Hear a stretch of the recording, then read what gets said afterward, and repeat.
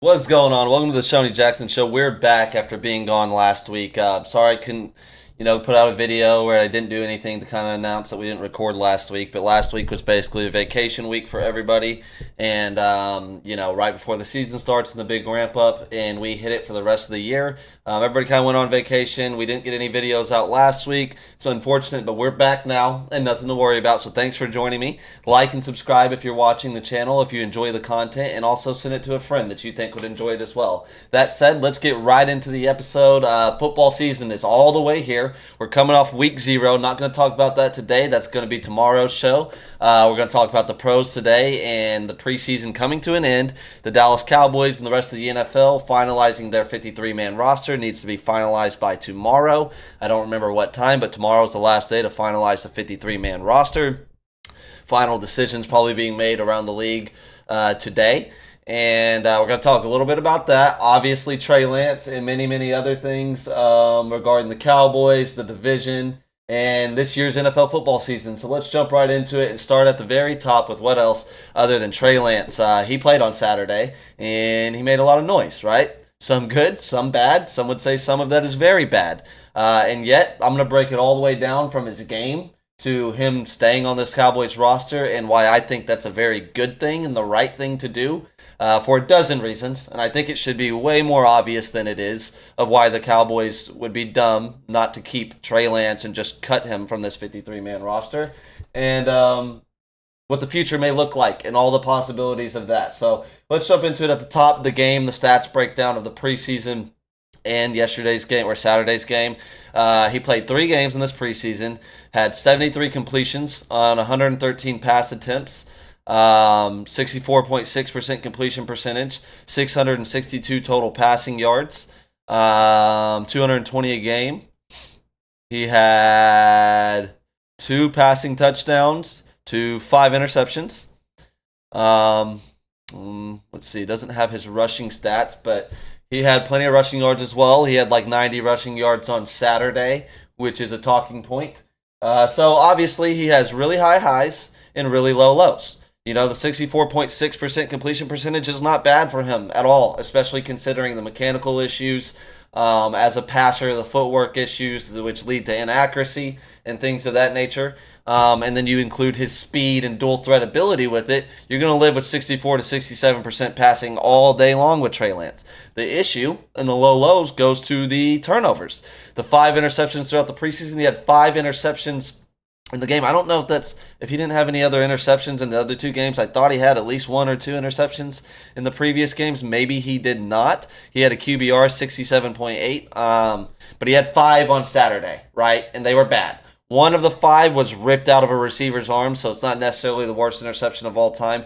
Tony Jefferson, a veteran receiver, was really picking on Trey Lance and baptized him a little bit, and yet Trey Lance right now at this point in time just isn't always seeing defenders. Is that good? No, that's not good at all. But does that mean that's always going to be the case with Trey Lance? No, actually it's not, and I think that I've already seen throughout this training camp from when he was in San Fran to now, I've already seen improvement from Trey Lance in between the ears. And I want you guys to know something. As a football player, whether we're talking about Trey Lance, whether we're talking about Mozzie Smith, or XYZ, name any other player in the league, and you're talking in regards to their youth and their development and what you want to see as a development as an athlete in general, but as a football player, I can talk from experience, and anybody that's played, whether it be at the pro level or whether it be at high school, college level, or anything else, a lot of that just comes in between right here.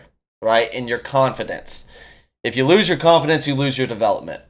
My biggest reason of many reasons, what I think is actually the biggest reason I have faith in Trey Lance is when I hear him talk and you hear him explain his perspective on being a Dallas Cowboy right now, his gratitude in that, and his gratitude in the ability to develop and learn, not only under the tutelage of Mike McCarthy, who is very, very good at developing quarterbacks. That's going to be one of my points. But also learning behind the veteran All-Pro and Dak Prescott. He sounds like a guy that's very mature, understanding, and in tune with needing to do that. And most importantly, he sounds like a guy that regardless of the struggles in San Francisco, regardless of the media coverage that is so negative on Trey Lance and He's just been cast out to die, according to most of the national media and even the local media in Dallas. He seems like a guy that hasn't lost any confidence at all. And when I was watching him on Saturday, and when it all unraveled, 3 of those interceptions being in the fourth quarter, which lost us the game, and it's fair to say that. He got frustrated. He was a frustrated player trying to force things, trying to force the narrative, overthrowing some guys. An interception that wasn't even the last one. Right throw, touchdowns there. He just makes an inaccurate throw. It turns into an interception and ends the game. Right? That's partly due to frustration, knowing that he can do better, knowing that he's not making these plays that are there, getting mad if he didn't see somebody. That's understandable. That's being a competitor. And part of that is due to mechanical problems that he had coming into the preseason, that we've known about, that you don't get fixed from game 1 to game 3. All right? We all watched Trey Lance in game 1, and everybody that was a backup quarterback in the NFL that has a YouTube channel now breaking down QB film, which is all of them, they all did their breakdown on Trey Lance, picked on his mechanics, and did that whole thing, right? So if you have mechanical issues 2 weeks ago at the QB position with your footwork, with your long throwing motion, and the stuff that we know about Trey Lance, that's not going to change between preseason game 1 to preseason game 3. But it will change over the development of his career offseason to offseason, right? Trey Lance is 24 years old, okay? He makes bad decisions and bad reads because he hasn't played enough. It's plain and simple. I think he had around 350 to 380, I don't have the exact number, career snaps in college, right? Dak had over 1,000. Brock Purdy had well over 1,000. 4 5-year starters, those guys. Brock Purdy started for 5 years at Iowa State. I'm pretty sure he had the extra COVID year where he was able to play another one. They had all the experience in the world for the mental side, and that is the only way you get that experience as a quarterback, to mentally process not only coverage before you get to the line of scrimmage, but going through your progressions as the play is going on. Say, your number 1 target isn't there, right? Oftentimes as a quarterback, I heard Cam Newton talking about this the other day, you should know where you're going with the football, or have a really good idea of where you're going with the football before you even take the snap, right? So if Trey Lance is working his way to getting that to that point mentally and reading coverages and stuff, you need to understand that it's going to take a lot of reps doing that to also read coverage disguises when they're showing you a different picture than what's going to present itself when that ball is snapped. And if you get that wrong and you're not able to tell pre-snap, and they do a good job holding their disguise, and their disguise is good enough to cause some confusion, then the element of processing that as a play is going on,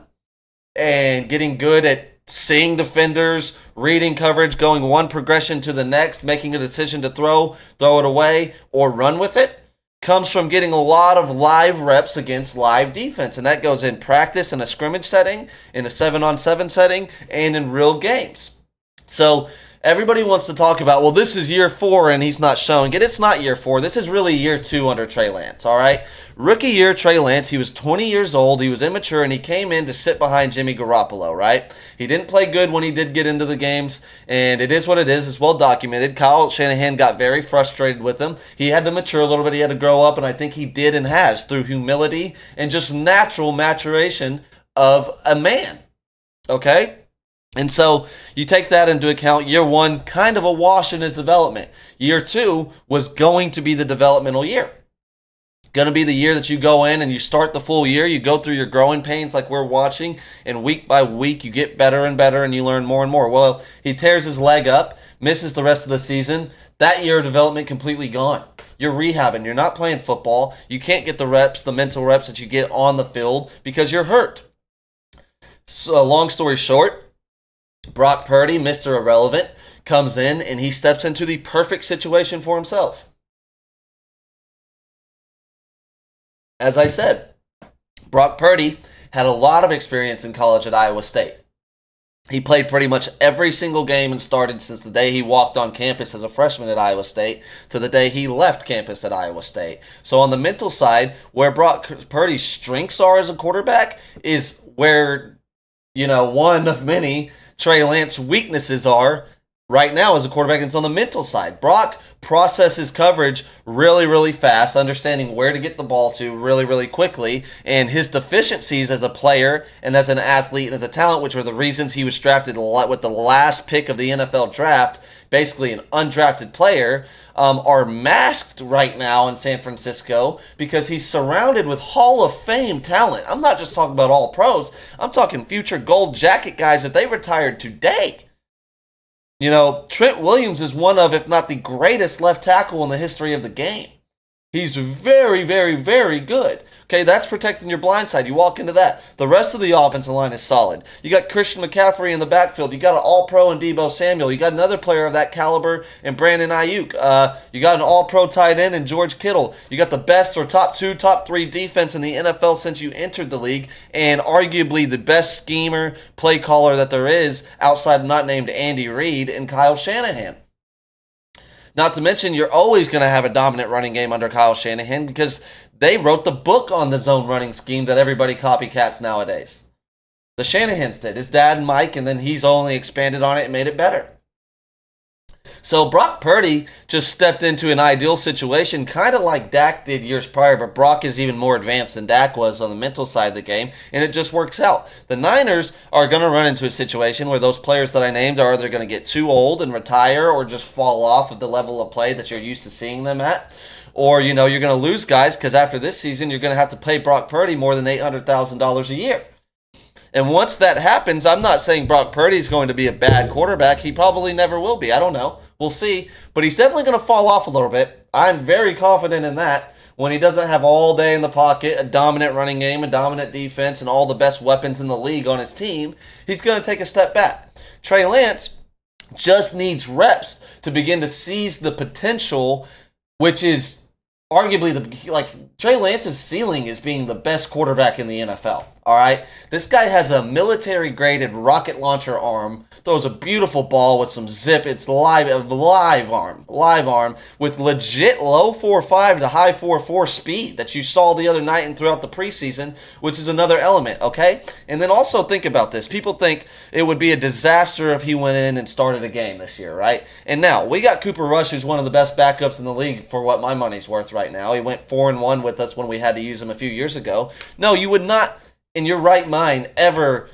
in the 2024 season choose to start Trey Lance in the case that Dak goes down or whatever. We got to start a game or a few games. You're not going to start Trey Lance over Cooper Rush in those situations, and I would not do that, right? And yet, a year from now I maybe will, because one big important element is if Trey Lance were to step in and have to start that game right now, there would be a game plan designed around Trey Lance to succeed, which really is not the case in the preseason. Maybe a little bit, but a vanilla version of that in the preseason, where in this last game against the Chargers, very important to know, our play caller and head coach Mike McCarthy wasn't calling the plays. Our quarterback coach Scott Tolzien was. It was between him or Dak Prescott and giving them a chance to call plays in this game. Okay, so there's a lot of elements, not to mention the fact that, you know, I understand both sides of the ball are dealing with this, but not to mention the fact that he was playing with a bunch of offensive linemen and skill players that are going to get cut today or tomorrow.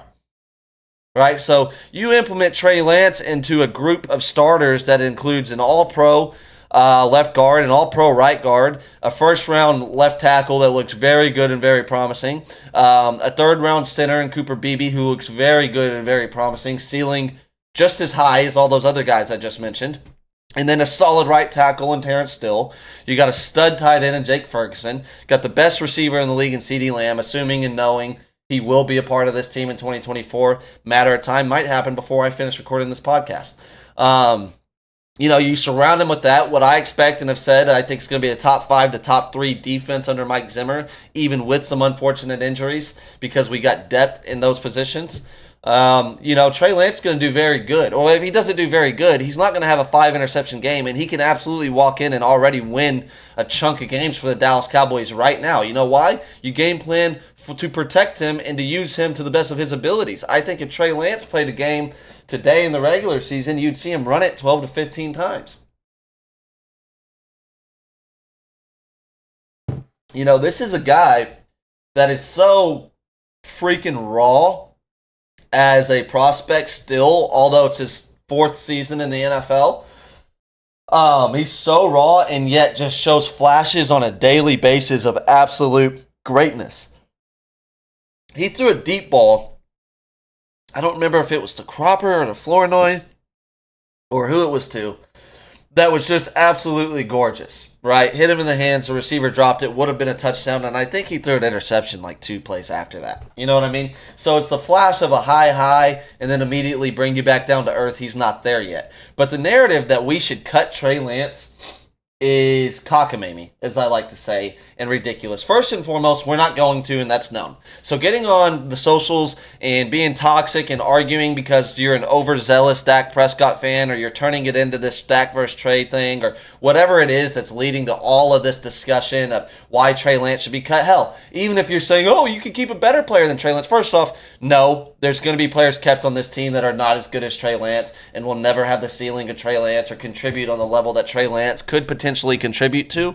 No, that's bullshit. That's ridiculous. I'll get into that when we talk about the 53 and my predictions on that, or desires on that rather. But regardless, that's dumb. And then the Dak versus Trey Lance thing. Why are you making it that? Okay, it doesn't need to be that this year. It doesn't need to be that in the hypothetical world that they're both back next year. Whether Trey Lance is viewed as the successor of Dak, whether he's viewed as a guy that we maybe want to potentially trade. If we keep Dak seems like he's going to be around for longer than 3 or 4 more years, and this guy starts to seize his potential, show it in camp, show it in preseason games. Regardless, the idea that you should just dump him off to keep a special teams guy or 9th, 10th offensive lineman or whatever it is that you're pointing at, to keep instead of Trey, or another running back. That's somebody's favorite thing. Another running back. A running back that's going to get 5 snaps a game. No. That's you're clutching at pearls when you're doing that with Trey Lance. And this is a long-term approach, not a short-term, even though the fact we didn't pick up the 5th-year option and he's on the last year of his deal. And I think that's what I see a lot of people that cover the Cowboys that I like to watch and I think are smart people. What I've realized is it often comes down to that, and they're just using black and white logic when nothing with the Dallas Cowboys, one, is ever black and white, and nothing with this situation is black and white. Mike McCarthy's on the last year of his deal. Dak Prescott's on the last year of his deal. CeeDee Lamb's on the last year of his deal. Trey Lance is on the last year of his deal. I think at least 3 or 4 of those are back next year. At least, if not all of them, are back next year. All right? And the Dallas Cowboys do this thing, and Jerry Jones and the ownership or whatever, whether it's with the head coach, they did it with Jason Garrett multiple times, and bringing him back I never agreed with, but regardless, they did it with him multiple times, taking him into the last year of his deal. They've done it with Dak Prescott twice now, taking him into the last year of his deal, potentially having to play on the last year of his deal without an extension, without security in the long run of being on this team. And they do it, why? Because they can do it. This is the Dallas Cowboys. 1, eliminate first and foremost even being the value of the Dallas Cowboys, raising your value as an athlete or a coach, raising your dollar amount, your salary totals, your off-field opportunities, being in primetime games all the time, which increase your chances of All-Pro, Pro Bowl accolades, individual awards, increase your chances of being noticed for off-field opportunities like sleep mattress and all the stuff that Dak Prescott does, all the commercials you see. Potentially, Mike McCarthy could have opportunities like that. Mike McCarthy could potentially have opportunities beyond coaching after coaching the Dallas Cowboys. You see Jason Garrett on NBC, who's an absolute dork, right? McCarthy's actually kind of a cool, funny guy. That eliminate that, right? Like, that's the obvious with the Dallas Cowboys. Take away that. Just look at the roster and the team that, like, Mike McCarthy and Dak Prescott logically will probably not want to just walk away for. Okay? Jerry Jones, whether it's Dak, whether it's Mike McCarthy, whether it's Trey Lance, understands that you can take this all the way to the end of this year and even in free agency. If he wants to keep any of these guys, he can get on the phone and give them what it takes to keep them, and he's going to keep them. Mike McCarthy, Trey Lance, Dak Prescott, none of those guys, if given the opportunity to make the same amount of money or close enough to the same amount of money in Dallas with this team that they've been a part of and both contributed to building and being a part of the building process of what the Dallas Cowboys are now and considered to be, which is Super Bowl contenders, if you just want to be logical and not just a hater. Super Bowl contenders. Why would you just walk away to go with the Raiders, or even better, Dak situation, Seattle or something like that, a place that you could definitely be a lot more competitive in.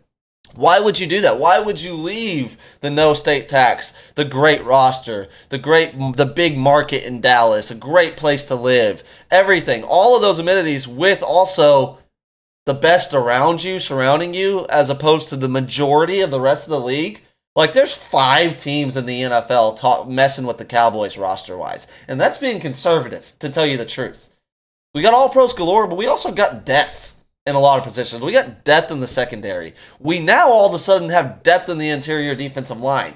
Wow, look at that. Mike Zimmer's addressing a position that hasn't been addressed for 20 years. We may stop the run this year. Okay? We got depth. Well, we don't really have that much depth on the offensive line, to tell you the truth. But we got depth in plenty of areas that's needed. We got depth at quarterback.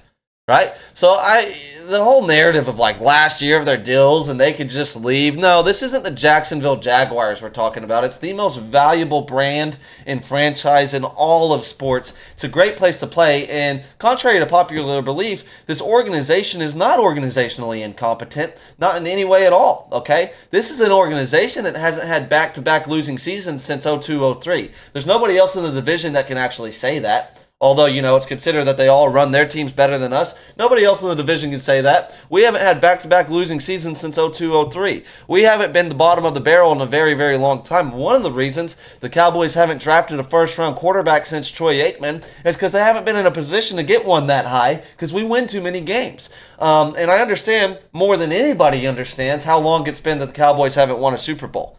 I was born into being a Cowboys fan in 1997. All right, my name is Shonee Jackson Jr. You know why I'm a junior? My dad wanted to name me Dallas Troy Jackson coming off the 90s dynasty. It was such a big deal. Badass name, by the way. Badass name. Would have worked out. I might still be playing football if that was my name. Nonetheless, I digress on that point. He wanted to name me that so bad that it began to cause distress between my father and my mother's marriage as they were arguing about the name of their firstborn son, that she conceded with Junior, and he accepted that. So I didn't ever have a choice in this Cowboys fandom. I was born into it, and it's been a miserable, heartbreaking 30 years, or 27 years, sorry. But what I will say is we've had more, or at least a handful of teams that were good enough to win a Super Bowl in Dallas since I've been alive and recently. Let me give you some context just off the top of my head. All right, in 2006, we beat the Super Bowl champions in Indianapolis, ending their undefeated record. I think they were 9-0 at the time. Tony Romo goes on that hot run. He gets named the starter in 06. He ends up winning like every game on the schedule the rest of the year. One of those was against the Super Bowl champion Indianapolis Colts and Peyton Manning, who were undefeated. We go and beat them in Indy. I'm pretty sure it was in Indy. All right? 2007, who was the Super Bowl champions? The New York Giants. We beat them twice, badly. Okay? We end up choking that off. Tony Romo, Jason Witten, they go to Cabo. They come back lethargic. We choke off against the Giants. They go win the Super Bowl. 2009, who won the Super Bowl? That's right, New Orleans Saints. Who ended their undefeated record and went on to the playoffs, win a playoff game before losing to the Vikings? The Dallas Cowboys went to New Orleans and beat the 13-0 New Orleans Saints. Okay? Fast forward. What was next? 2014. 2014. Who went to the Super Bowl in 2014? Oh, that's right. Seattle Seahawks. They choked it off, the Malcolm Butler interception. You remember that game? Who went to Seattle and beat Seattle that year? That's right, Dallas. And by the way, I wish I could turn the camera. I don't got it. This is top of the dome, baby. This is top of the dome. This is what you call trauma. This is trauma. 2014 was the Dez Bryant catch. We were a hair away, a bad bullshit, horse shit cockamamie call away from being in the NFC Championship. Not to mention, DeMarco Murray fumbled a ball because he carries it like a loaf of bread. That would have been a touchdown. The Green Sea, if you want to call it, because it was Green Bay, parted wide open for him to run about 60 yards directly to the end zone. Would have been enough for us to win that game. Julius Peppers just reaches his arm out, slaps the ball out, fumble. That was a huge point in the game. Then obviously you got the Dez Bryant catch. Orlando Scandrick couldn't cover anybody, get a stop on third down to get us the ball back. You know how it went. We lost that game by a hair, would have been in the NFC Championship. In 2016, we beat the Green Bay Packers, who ended up beating us again in the playoffs in Dallas, which stopped us from having a showdown with Atlanta, who went on to the Super Bowl that year, who, by the way, I think we would have matched up very well against. Why? Who was Atlanta's head coach? Dan Quinn. What does Dan Quinn do? He stays in cover 3, cover 1 all game long, and you can run it right down his throat. Who had the best running game in the league in 2016? The Dallas Cowboys, and it wasn't even close. All right, Atlanta would have been a tailored matchup, contrary to popular belief, for the Dallas Cowboys to go to the Super Bowl, and beat the Patriots that year. Okay, so those are a few examples. What else? 2021, who went to the Super Bowl? That's right, Cincinnati Bengals. We slaughtered the Cincinnati Bengals in 2021. I think we sacked Joe Burrow 11 times. Okay, the last 2 seasons, I don't know. Last year, really, the way we could really be crippled in the running game, I don't think we could have won a Super Bowl. But the 2 previous losses to San Fran, we were good enough to beat those teams. We played good enough to beat those teams, and we were let down by other people. Dak's one of them. And I'm not even, this isn't a Dak bashing fest. So I want to end the Trey Lance conversation. 1, on reasons that you're going to keep him. I've already listed a lot of them. 1, he's too young and way too talented to let go of and get rid of to another team. 2, he has shown consistent improvement since the star's been on his helmet. All right, you got to understand, last year he had to hold the clipboard, learn on the sidelines. There's a lot that you don't get in the development process in doing that, but he's still improving. Mechanical issues that lead to inaccuracy, those will be fixed, okay? Dak Prescott entered the league as a rookie at Trey Lance's age, 24 years old. He was 23 when he got drafted. He turned 24 that July a few months later, all right? Dak Prescott, mechanically and physically, is an entirely different human being than he was as a rookie. Dak Prescott, and I'm not bashing him, walked into, outside of maybe Brock Purdy, the most ideal situation a rookie quarterback, in his shoes specifically, could have ever walked into in my lifetime of watching this stuff happen. Okay? Dak Prescott in 2016 had the all-pro left tackle in Tyron Smith. He had a Pro Bowl left guard in Ron Leary. He had the all-pro center in Travis Frederick, who, by the way, would be the greatest center ever, better than Jason Kelce if he didn't get Guillain-Barré syndrome and have to retire. He got all-pro over Jason Kelce every year. He was better than Jason Kelce.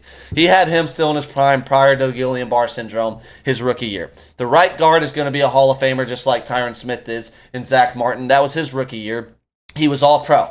Okay? And then the right tackle was Doug Free, who was very good, better than what he has right now, arguably. All right? And then he had the best running back in the NFL by a long shot in Ezekiel Elliott. We rushed for 1,600 yards, leaned on the run game, was able to use the run game in the zone read QB run game, leaning on that and coast to a lot of wins in 2016 by running the rock, controlling the clock, the time of possession. We dominated time of possession that year, and we're able to baby Dak Prescott and be a front-running team, which a lot of Dak Prescott teams have been, and I'm not shooting at him for that. That's not all his fault. He's improved so much as a passer. Some of that is because Dan Quinn couldn't stop the run. But nonetheless, as a rookie, we were front-running, and part of that was because of rookie Dak Prescott. Okay? So the thought of Trey Lance not being able to improve from the age of 24 to, say, 2 years from now, 3 years from now is silly. The other thing is, if you've heard anything Jerry Jones has said or Mike McCarthy has said, regardless of a contract being in place now, this is a long-term approach with Trey Lance, is the vibe I'm getting out of Dallas, and it's the one I would take. I think you can sign Trey Lance to a backup deal after this year. I think Trey Lance is going to be very intentional in his development and his mechanics, his footwork, and all that, the same way Dak Prescott was. I think Dak Prescott is aiding and helping Trey Lance in that category, right? I think he'll only help him, assist him, maybe give him some advice on who to work with and things of that nature. Trey Lance is going to have good mentorship to help him get to that point. And on the mental side of things, we can only know if he'll ever get there through reps. There is a possibility that I can acknowledge that maybe he never sees linebackers and safeties, but I don't think that's going to be the case. I think if you give him hundreds of reps where he's under 1,000 combined, he's actually probably under 500 snaps combined, college and NFL. That's just not enough. He needs those reps. If you are, and the last thing I'll say, in the case of Dak Prescott hypothetically leaving at the end of this year, one way for Trey Lance to get those reps is to start next season. He either figures it out or he doesn't, right? If he does figure it out, great. We got a franchise quarterback with the ceiling to be the best in the NFL, very young. Again, we just went back to 3 straight. We just three-peated on franchise quarterbacks. Not as hard as you guys want to make it believe, all right? And then 2, if Dak Prescott doesn't leave and he comes back, Cooper Rush, Trey Lance could be your backup quarterback. You could sign him to a backup deal, and this is really the ideal situation in my eyes. Dak Prescott signs a deal, everybody's happy, he comes back, organization's happy with it, we get cap space, whatever you want to call it, we look at that, we go forward with Dak Prescott, and Trey, all the quarterbacks in Green Bay, like they did with Mike McCarthy, like they did with others in other places around the league, gets to sit behind a guy like Dak Prescott and develop without the pressure of having to start before he's ready. Nonetheless, you cannot look at a talent like Trey Lance and be like, I just want to throw it away. And I promise you, Mike McCarthy is the long-term coach of the Dallas Cowboys. If he does get that extension, does not, as a quarterback guy and a very, very good QB developer, Mike doesn't want to get him away. And how sweet would it be if the Dallas Cowboys one day did win a Super Bowl? Let's just do the hypothetical of that. They won it with Trey Lance. That would be 2 times that the 49ers gave us a player that led to us winning Super Bowls. In the 90s, they gave us Charles Haley for nothing for a pack of Skittles, and they gave us Trey Lance for a pack of Skittles. Hate to break it to you guys, Mike McCarthy would draft the backup quarterback in the 4th round. That's why they were willing to give a 4th rounder for Trey Lance. It was viewed as a draft pick, not a trade. It was viewed as a draft pick. That was our 4th round pick this year, was Trey Lance. Look at him as a rookie, not a 4th-year player. He is not a 4th-year player in Dallas. This is really his 1st year in Dallas. I don't give a shit about San Francisco. All I care about is what he's doing as a Cowboy, and I think he can improve, and I want to keep him. So, and also he's just not going to be that expensive, so shut up. Let's move forward. Let's see, I don't know if I want to go. Let's move on to the 53-man roster. All right. Here I am on CBS Sports. This guy, I've used him before, Garrett Padell. He updates it, I think, weekly on his 53-man roster projection of the Cowboys. So I'm just going to run through his 53-man roster projection, give my thoughts on it, and tell you what I would maybe change and keep or whatever. So let's look at it. I actually, just from first glance, think I might agree with the majority of this whole thing, if not all of it. But obviously, quarterbacks 3. Keeping Dak, Cooper, and Trey Lance. That's been happening. That was always going to happen. And what was always going to happen was Dak was always going to start in 2024, and Cooper Rush was always going to be the backup in 2024. So again, let's use our brains.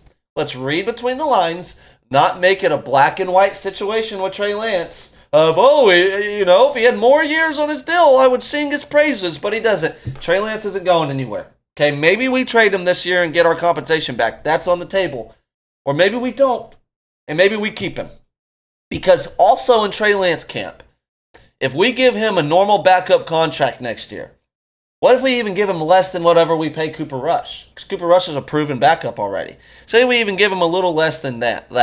Do you think Trey Lance and whoever represents him and is in his camp, mentoring him, giving him advice, will think it's a good idea to just go take a little extra money somewhere else and restart your development and relationship with another coach elsewhere? Maybe rush it, maybe play before you're ready. No, he's not. Trey Lance wants to stay in Dallas, okay? He's going to do whatever it takes, I think, to stay in Dallas beyond this year. Why? Because Dallas, Mike McCarthy, and the organization is the ones that chose to take a chance on him, give up that 4th-round pick, give up the extra compensation that other teams weren't willing to give up, bring him in, and give him a chance when everybody else has quit on him, right? And so he's already been developing, and his improvement has happened more in Dallas than it happened in San Francisco. So why would he leave? He's not going to. He's not, unless we trade him. But if it gets to free agency, Trey Lance is going to be a Cowboy next year. Move on running backs. This guy's got to keep him 4.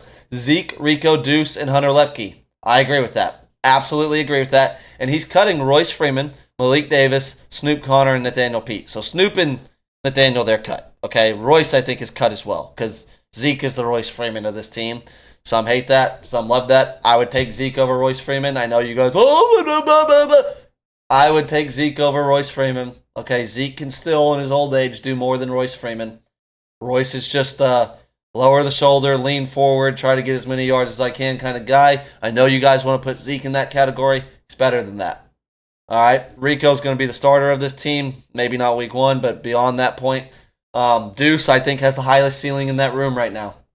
Okay, and it's coming down to Deuce Vaughn versus Malik Davis. You hear Malik Davis special team stuff. There's 2 players on this team that I'm willing to cut to keep better players that can contribute on the offensive side or the defensive side of the ball, and you could turn into a special teams demon. All right? Chris Goodwin, or is it Godwin? Chris Goodwin. It's Chris Goodwin. Godwin's a receiver. Chris Goodwin, the DB, that's a special teams kind of demon, I guess, for the Cowboys. He's very good on special teams. I love that. I love the reliability of that. If we can keep him and keep guys like Deuce Vaughn, keep him. But him and Malik Davis, who are considered by Bones, our special teams coordinator, to be, so valuable on this team, aren't valuable enough to keep over a guy like Deuce Vaughn, who Andy Reid would pick up in a second and weaponize. They're not that valuable, okay? They might be good, reliable special teams players. They're not Dwayne Harris and Devin Hester. Hell, we can even go to the receiver position and bring up Kevontae Turpin, who I like. He's not Devin Hester in the return game. He's not Dante Hall in the return game, or at least he hasn't been yet. And he doesn't contribute enough, nor does he even get enough chances to contribute enough in the offensive side. Maybe he does this year. I hope he does. But so far, what I've seen and know that I can trust, he doesn't.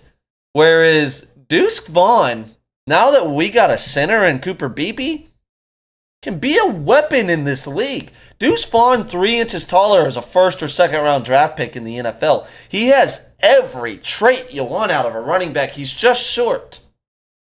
So I would keep Deuce Vaughn. I agree with him. Zeke, Rico, Deuce, and Hunter Lepke. Moving on to receiver, keeping 6. I think everybody's doing this, and everybody, I think, would agree with this list. CD, Brandon Cooks, Jalen Tolbert, Kevontae Turpin, Jalen Brooks, and Ryan Flournoy. Now, Jalen, I wish he did more. I think Ryan Flournoy is going to pass him up on the depth chart, but Jalen Crawford, Tyron Billy Johnson, those guys, they just fell off in camp, and they're not going to make the roster. I agree with that. So far, top to bottom, agree with this guy. Let me give you his name again so you guys can look into his stuff. Garrett Podell. Podell. I don't know if I'm pronouncing that right, but I think I am. He posted this 4 hours ago. I think this is his final prediction. All right, let's see what his analysis is on the running back. Royce Freeman performed well all throughout training camp in the preseason, but stylistically he is similar to Ezekiel Elliott in that he is bruising big body running back between the tackles. I think Zeke will be better as a receiver, although he's not as good as he used to be. I get it. I think he'd be better and a better pass blocker. Jones expressed an affinity for Deuce Vaughn after he told 53 rushing yards on 9 carries, 5.9 per carry, and 23-yard kickoff return on Saturday, saying the team needs to find a place for his explosive burst. So Deuce is making the team. I didn't even know that. I didn't know Jerry Jones said that. Deuce is making the team. Deuce is making the team. Brian Broaddus, I love you. You're putting too much thought into coaches liking players because they work hard and play on special teams. Deuce Vaughn's making this team. And that's another thing. I think people, you get within the organization, like guys like Brian Broaddus obviously is, and many others, and you talk to coaches, and coaches will fall in love with a player. Like, a football coach is always going to love the shows up first, last one to leave player. That doesn't mean the football coach is always going to choose that guy over the more talented guy. Okay? And one thing a coach will do is never say anything bad about that player. And they will want that player to make a roster somewhere, even if it's not theirs. Therefore, you're never going to hear them badmouth them. You'll never hear them say anything bad. But that doesn't mean when it comes down to picking a guy that can contribute actually on offense versus one that just runs hard in practice and contributes on special teams. And I'm a huge special teams guy. I'm not poo-pooing on special teams. I'm just saying, if you tell a guy your only way to be on this roster is be a good special teams player, you're going to find a bunch of guys that become good special teams players in this league. So don't put too much into a guy being loved by coaches because he works hard as opposed to like a Deuce Vaughn or somebody else on the other side of the ball that's really good and can contribute or maybe start elsewhere. I just don't think they're going to keep guys like that. Let's see, he has a quote here. I think this is from Jerry Jones. He obviously has some very special talent on Deuce Vaughn, and you've got to find a place for that, Jones said on Vaughn on Saturday. You've got to find a place for that on Sunday to get it onto the field. That'll be the job on the next few days of weighing what a roster spot means. He's sitting right there, though. He's a gadget juice in non-gadget times. So he's going to... I just lost my spot. He's going to be interesting for us. I think he's making the team. I think that tells you he's making the team. They're going to find a way for Deuce Vaughn to be on this team. And you know what? Before he got hurt in training camp, and I think that's the only reason this is a discussion, unfortunately, he got a little nicked up in training camp, missed a little bit of practice, and I think missed a game. And so, therefore, that's why he's teetering the roster line. But if he didn't, they were using him out of the slot more as a receiver, and I just think they weren't able to incorporate it when he came back because you already do your installs and stuff. They're going to find a way to use him, whereas you can't use Malik Davis like that. And they gave Malik Davis every chance in the world on Saturday to take that spot. He got more carries than anybody. He started the game, and he didn't play as good as Deuce Vaughn or even close to it. Deuce Vaughn goes in there. He shows the toughness. He's getting forward. He's absorbing contact. His jump cuts are stupid. Shout out to Bryson Tucker in Sacrifice Training here in Pflugerville, Texas, and anybody else that Deuce is trained with beyond that. But those jump cuts are dumb good. I love Deuce, man, and I know, and he's a great receiver. It's hard as hell for these quarterbacks to get the ball to his little ass. It seems like they really struggle with it, but you only develop that by throwing it to him a lot. So we'll see. Tight end, he's got 3. I agree with this. Ferguson, Schoonmaker, John Stevens Jr. Man, Schoonmaker, I would cut his ass, but John Stevens Jr. just doesn't block well enough. John Stevens Jr. is a good receiving tight end. He's already shown that. Doesn't want to block anybody, though. Luke Schoonmaker, he's here just to block some people, and that's cool. He'll be here one more year to block some people, and I'm sure we'll find somebody to replace him. They're cutting Peyton Hendershot, definitely. Brevin Spann-Ford, yep. Princeton Fant, and Alec Holler. Move on to the offensive line. He's got him keeping 9. I think last week he had him keeping 10. I agree with 9 more than 10. He's got him keeping Tyler Guyton, Tyler Smith, Zach Martin, TJ Bass, Brock Hoffman, Cooper Beebe, Terrence Still, Awesome Richards, and Josh Ball.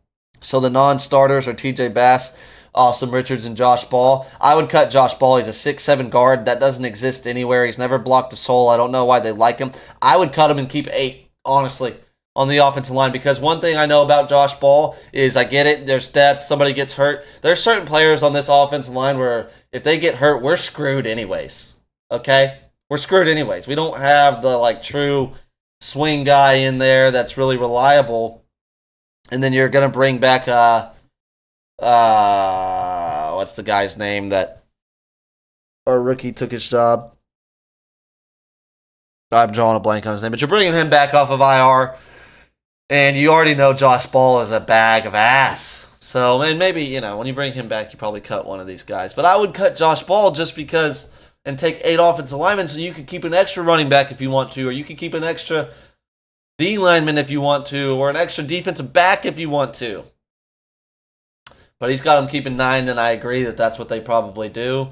Moving on to the D-line, he's got him keeping 9. He's got him keeping Micah Parsons. See, this is why I would cut Josh Paul, though. He's got him keeping Micah Parsons, DeMarcus Lawrence, Mozzie Smith, Oso Digizua. These are obvious. Chauncey Golston, Marshawn Nealon, Jordan Phillips, Carl Lawson, and Linval Joseph. He has him cutting Justin Rogers, Valimi Fahoko, Al Quadin Muhammad, Carl Davis. I don't know. He's got him cutting Carl Davis, though.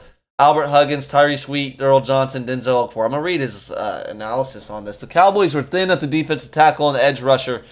Where are we at? In the edge rusher spots. With only a few weeks left in the offseason, they addressed the problem by trading for defensive tackle Jordan Phillips, signing edge rusher Carl Lawson, and signing defensive tackle Linval Joseph.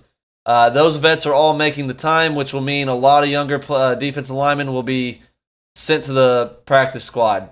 I got Carl Davis confused with Carl Lawson just now. That's my bad. Yeah, I agree with it. The one guy I would want to keep is Justin Rogers, but you know why I don't think that they're going to? I think he had a good enough camp to make this roster, but then you add these other guys, obviously. We got 3 guys over 320 pounds. Finally, we're addressing that. Finally, we got some block eaters to help in the running game. But I was listening to Brian Broaddus, man, and he's saying we might trade for a guy today.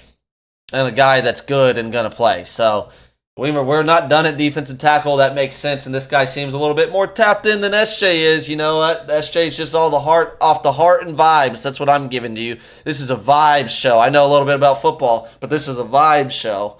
And I'm giving you my vibes. If you're fucking with my vibes, subscribe. Tell your friends to subscribe because it's a breath of fresh air. Also, how I approach this Cowboys conversation. Let's move on to linebackers. Eric Kendricks. I'm very happy about this linebacker room in this defense. Eric Kendricks, DeMarvion Overshown, Damone Clark, Maurice Leofel, Nick Virgil, and Buddy Johnson. Buddy Johnson earned it. He earned this spot. Cutting Damian Wilson, Willie Harvey, Darius Harris, Brock Moggensen. Willie Harvey, he was the UFL guy. He's been really good in coverage, but he's not good enough in the run game to beat out Buddy Johnson. I think Buddy Johnson outplayed him in the games. and therefore this guy's got him keeping Buddy Johnson. I agree with that. But I'll tell you what, this is a real linebacker room. No longer are the days playing safety at linebacker. That's in Washington now. That's not in Dallas anymore.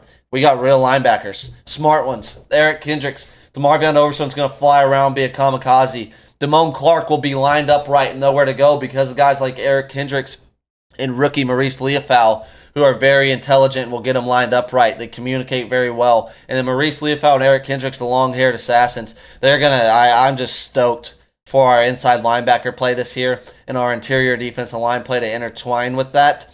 I'll talk about it at the end of this, but I think this is going to be a top 3 defense in the NFL under Mike Zimmer. You got to understand, we have safety help now. We'll have 2 high shells and the 2-man match quarters or cover 4 palm stuff we're going to run. Mike Zimmer is a 4-3 base. Stop the run first and foremost over everything else. No longer defensive linemen rushing the pass to stop the run, which has always been fugazi in my mind.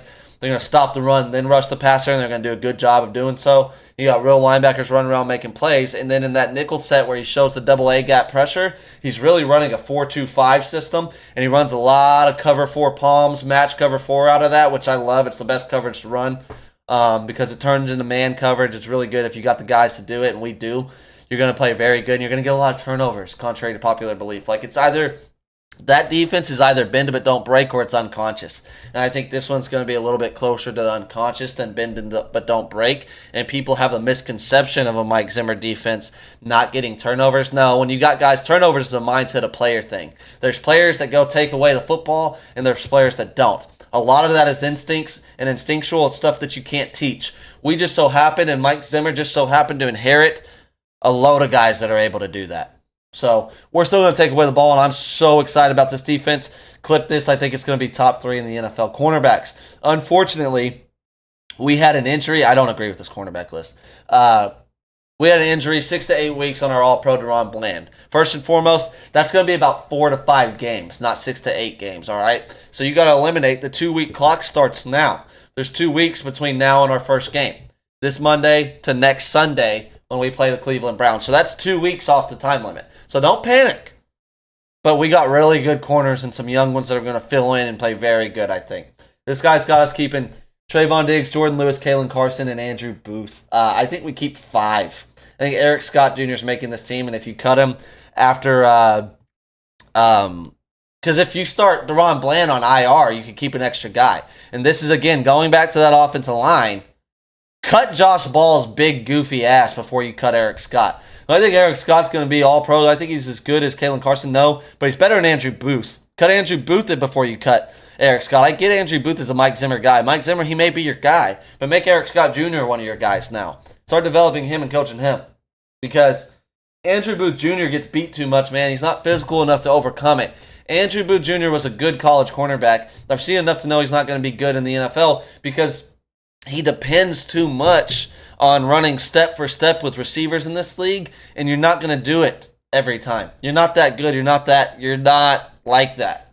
All right, so the fact that he doesn't get physical enough, or from what I've seen, just hurts him at that cornerback position, and he gets torched. He got left in both games that he's played in, and he's going to get picked on if you throw him out there in games in these long crossing routes, getting him in situations where he is in a foot race, doesn't get his hands on receivers, and will get beat.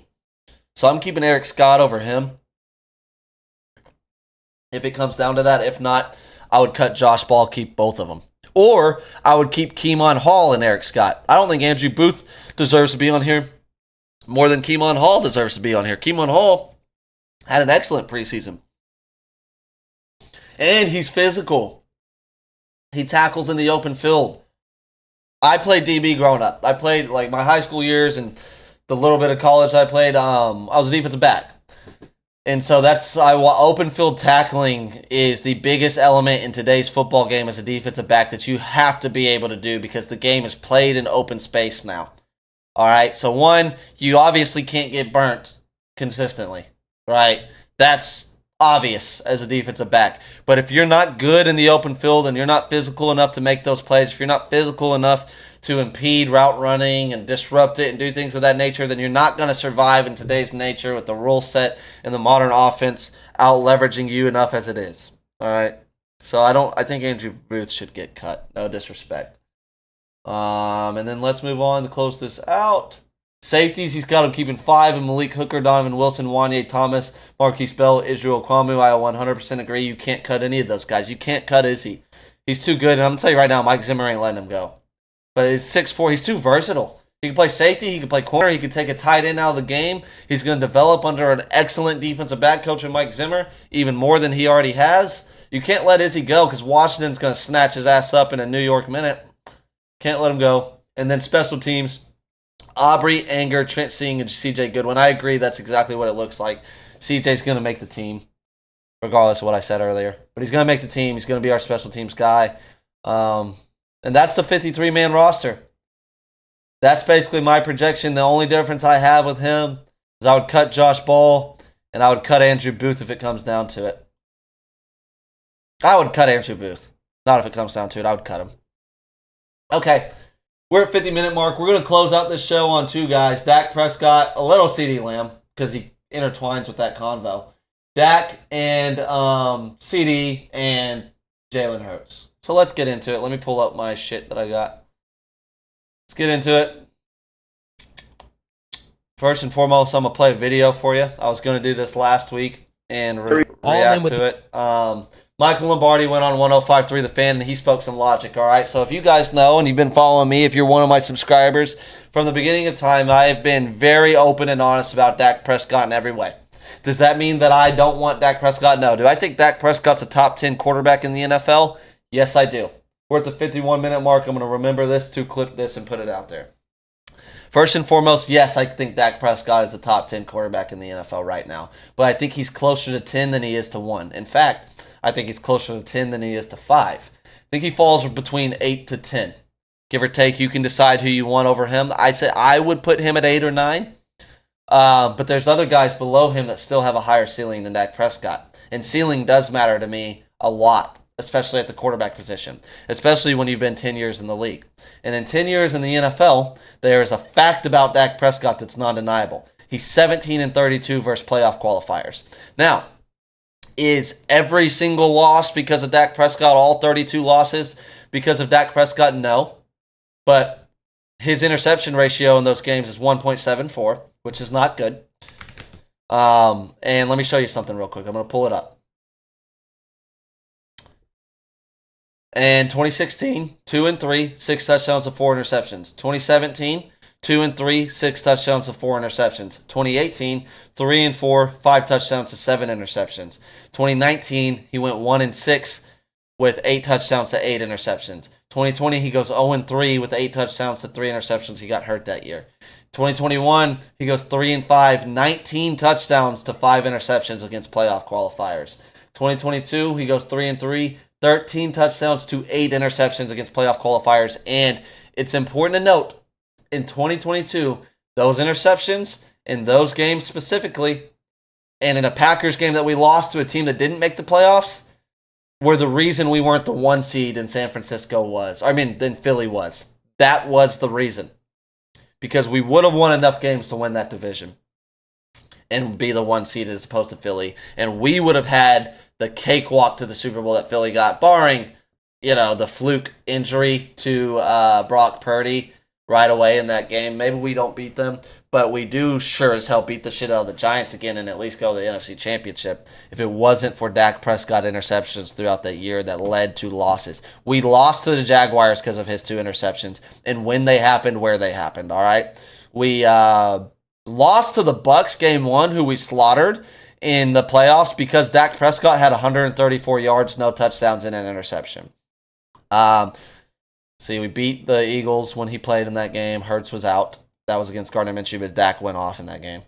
Goes off in the playoff game, and then the 49ers playoff loss, 206 yards, 1 touchdown to 2 interceptions. Let's go to 2013. The next playoff qualifier he played was the 49ers again. Remember what he said after that game? The AP has him quoted saying, "That was the most humiliating loss of my career." The Niners said after the game that they like to put the game in Dak Prescott's hands when playing the Dallas Cowboys because they know he can't do enough to beat them. All right. 49ers game last year, 153 passing yards, 1 touchdown, 3 interceptions. So, I'm no mathematician, but in 2 games against the 49ers combined, his last 2 games, he has just barely over 250 passing yards combined. He has 2 touchdowns and 5 interceptions. In the 2023 season, he went 3-5, 17 touchdowns to 8 interceptions versus playoff qualifiers. All right. And now his best games were against the Eagles, 2 of them, 374 and 3 touchdowns in a loss. We really got screwed out of that game. Then in the win, he had 271 and 2 touchdowns. All right. We beat the Rams, who I didn't even know made the playoffs. He had 304, 4 touchdowns, and 1 interception. So above average to below average teams, like your wild card playoff teams, like the ones that barely squeak in, and below that, Dak Prescott is not only good, he's very good, if not great, in a lot of those games. But when you reach that next tier, the championship contenders, there's 10 years of evidence going back to last year that it's not the same. All right, and I'm about to give you more evidence that that is a real reality. Okay, Bills, that was one of the best teams in the AFC. 134 passing yards, no touchdowns, and interception. The Dolphins, they were one of the top teams in the AFC all year long. This was Christmas Eve. 253 and 2 touchdowns, no interceptions, and a loss. He phased out in that game and didn't do enough. Hunter Lepke also fumbled on the 1-yard line. We would have won that game. So, it ain't all that, but he also didn't go crazy. He didn't go gangbusters. The Lions game, numbers were good. We beat the Lions.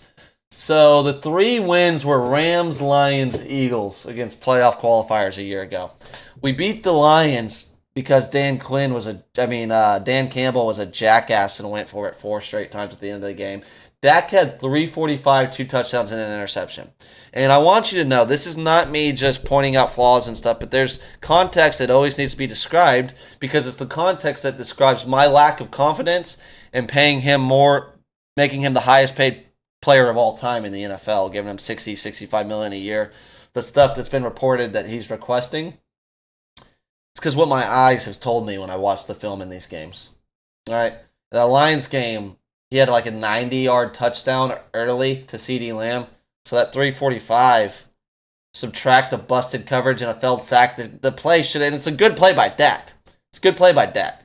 He broke out of a sack, but really, that sack was the modern version of players being afraid of penalties, right? Like, the Lions player, I don't know if he was scared of a roughing the passer situation, but he really just let Dak go. It should have been a sack safety turned into a 90-yard touchdown to CeeDee Lamb. So that's 90 of the 345. Towards the end of the game, Dak wasn't playing as well. And the Lions took over and really should have beat us. If we would have run into them in the playoffs, they probably beat us.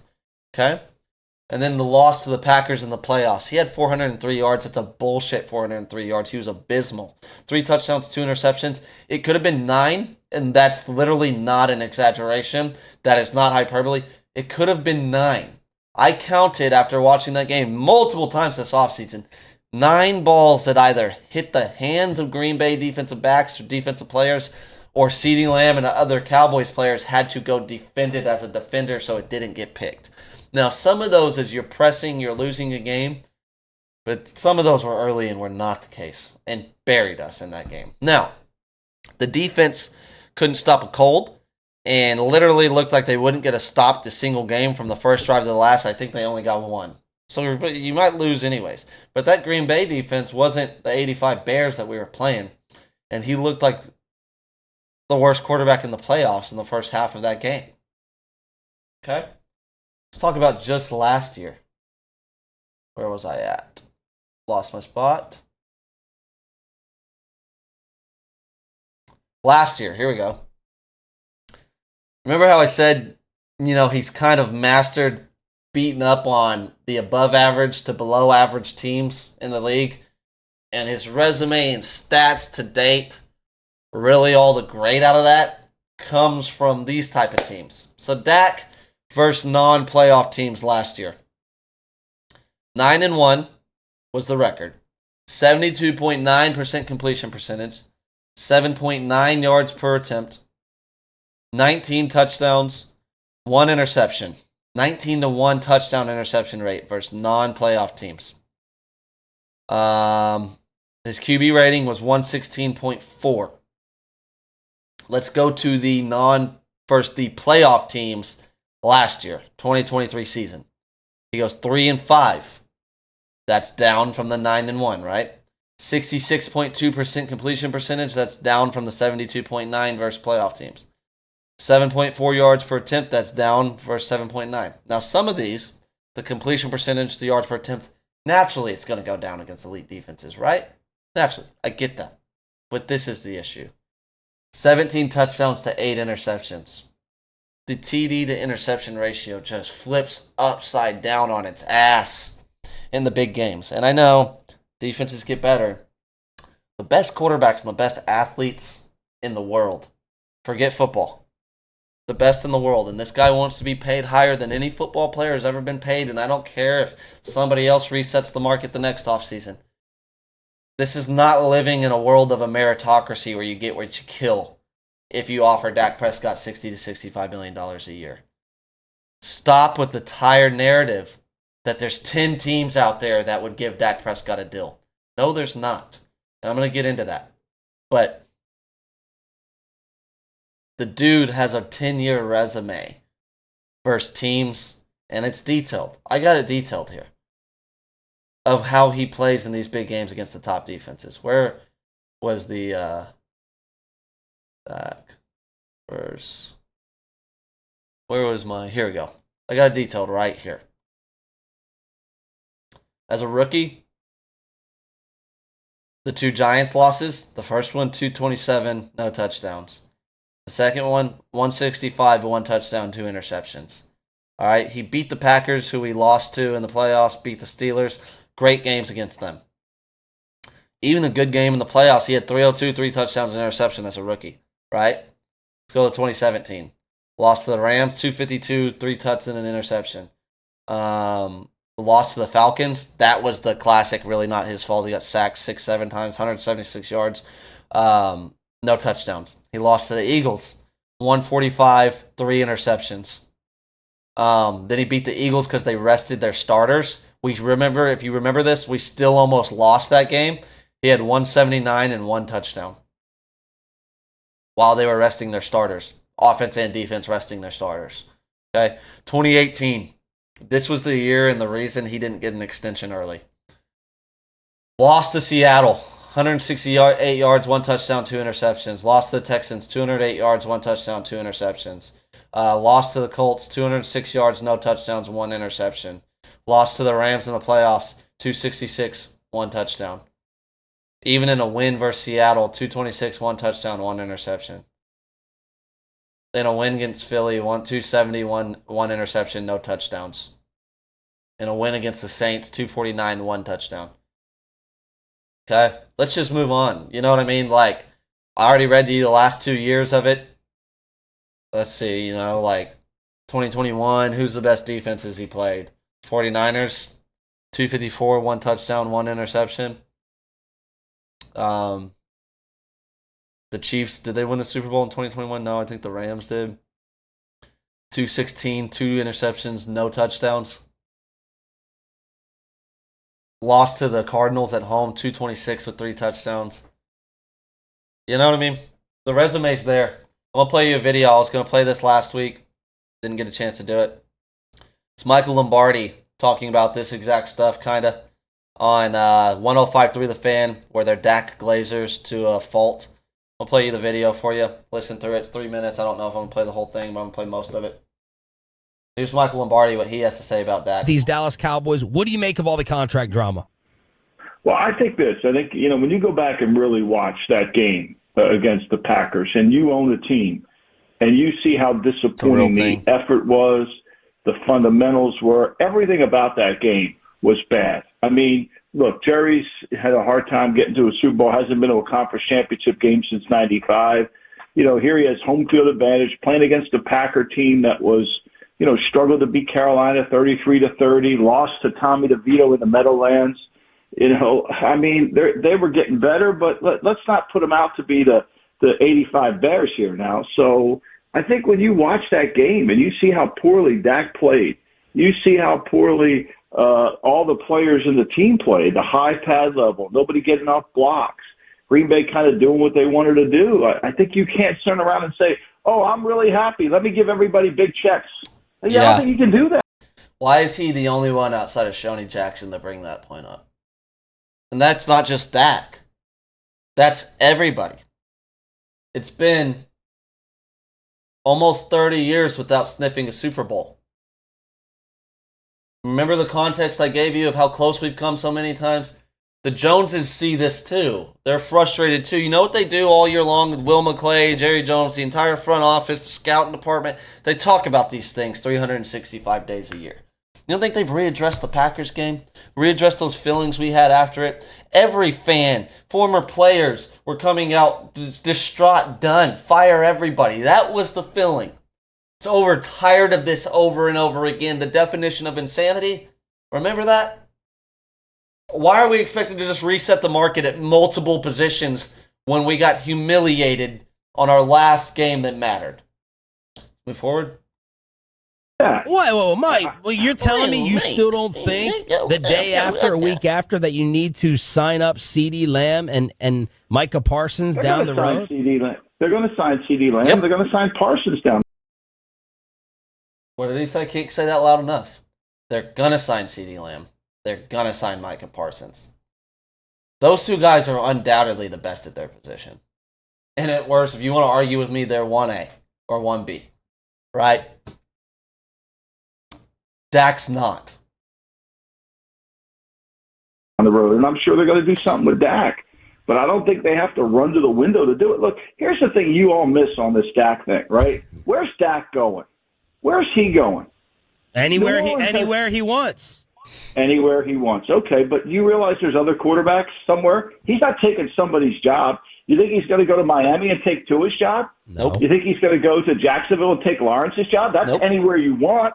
Nope. Right? You're telling me next offseason Dak Prescott won't be able to pick between 3 to 5 teams where he wants to go and get paid $60 million plus?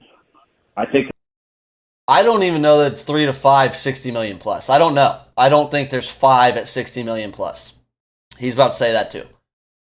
There's Dave Hellman said there's 6 to 10. He'll have every option if the Raiders lead a quarterback. I think he'll certainly have an option there. I think he'll have options at another team. But let me ask you this question.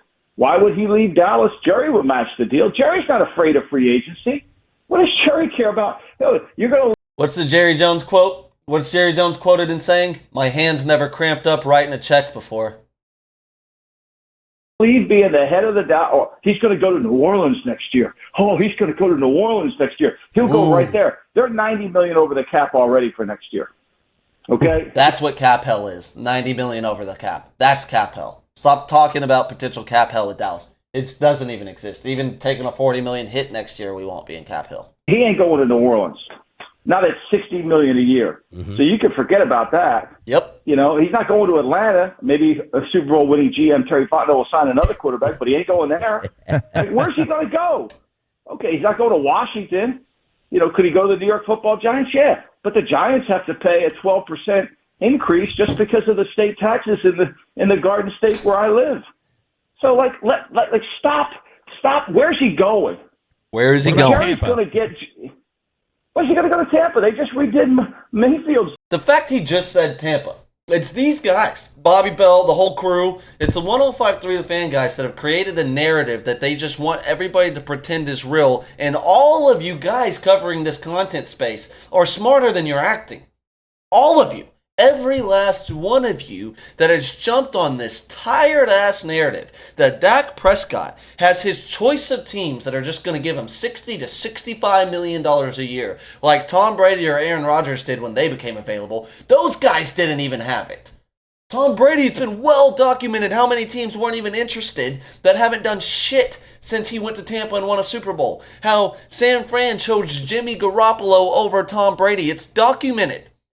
Okay, and you think Dak is going to get better treatment than the greatest player ever in the history of the game that went and still won a Super Bowl right away? That narrative, oh, you don't think you're in Tampa? And what are y'all talking about? What are you talking about? 60, 65 million, 31-year-old on the back end of his year that's never been past the divisional round of the playoffs. They like Mayfield. Their defense is really good. You know, they're just coming out of cap They hell. got their own guys to pay. They're just coming out of cap hell. Minnesota said, we've had enough of cap hell. We're getting rid of Cousins. So, like, let's just, like, where's Dak going? Like, you really think Dak's going to just leave for an extra $1 million to go play in Tampa? So I mean, for you, it's not Dak's like talent level standing in the league. It's more options, and he's not going to go to a worse situation. You're the quarterback of the Dallas Cowboys. You were a star. You're America's team. You're going to leave that to go be a buck? I mean, that's like leaving the Yankees. You know what being the quarterback of the Dallas Cowboys leads to? You're in more primetime games than anybody in the league every single year, and it's not even close. What does that lead to? Dak Prescott is the most highly endorsed quarterback in the world, not named Patrick Mahomes. He might make more money off the field than Patrick Mahomes. I don't even know. Somebody tell me if you know of that. And if there's somebody ahead of me, go ahead and correct me. I don't care about being wrong. I'm not here to be right or wrong. I'm here to speak logic and create actual engagement that is not just overzealous Dak love or overzealous Dak hate. Let's talk about the Dallas Cowboys and what's best for them and their roster and winning Super Bowls, because we haven't won one in my life and most of your lives probably that watch this. So this tired ass, he can go anywhere he wants and the Cowboys just need to buy the. No, we don't.